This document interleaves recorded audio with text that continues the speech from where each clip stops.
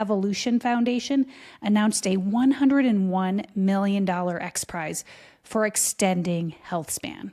By 2030, they hope to hand that money to a team that can make a 70-year-old function more like a 50-year-old with just 12 months of treatment.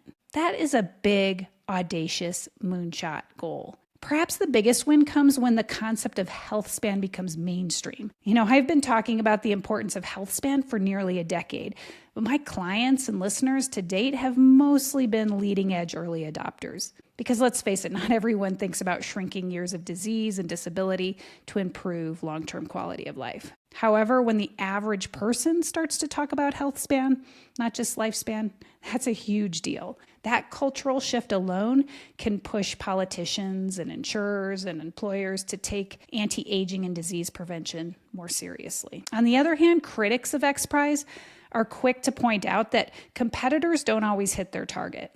The $10 million tricorder XPRIZE delivered clever gadgets, but no real-world medical tools that were approved by regulators. Another XPRIZE for ultra-fast genome sequencing was canceled prematurely because industry advances were far outpacing those that were in the contest. And the study of cellular aging in and of itself has its own unique hurdles. Reprogramming cells in short-lived mice that live in a sterile lab is one thing.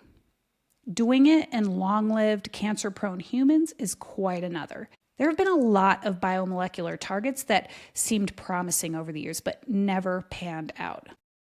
Overhyped anti-aging claims slowly erode public trust in biomedicine, especially when those early human trials go sideways. So it's important that we keep every scientific breakthrough in perspective. The big picture, even if Healthspan XPRIZE never crowns a final champion, it has already broadened the conversation. When governments, tech billionaires, and everyday people discuss compressing old age misery into a small window, something in society has shifted. That shift alone will influence policy, corporate wellness, and personal habits, maybe even yours. Will the prize be a moonshot triumph or just a shimmering mirage? I think it's going to be a mix of the two.